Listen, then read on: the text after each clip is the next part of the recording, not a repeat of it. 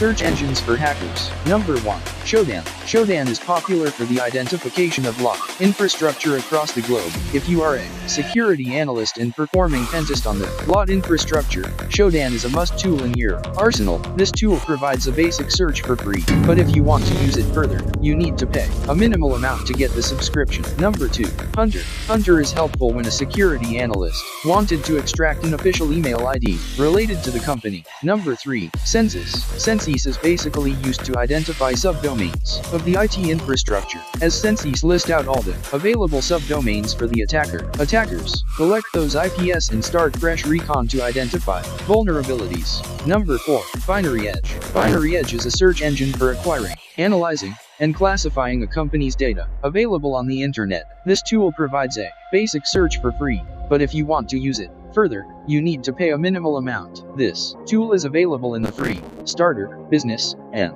enterprise editions. Number 5. IVRE. IVRE is an open-source network recon framework that includes the famous port scanner tool, MAP. This tool helps in parsing output from the results of tools such as Argus, Z, etc. You can either use the CLI tools, the Python API, or the web interface to browse the scanning results. Number 6. Anu.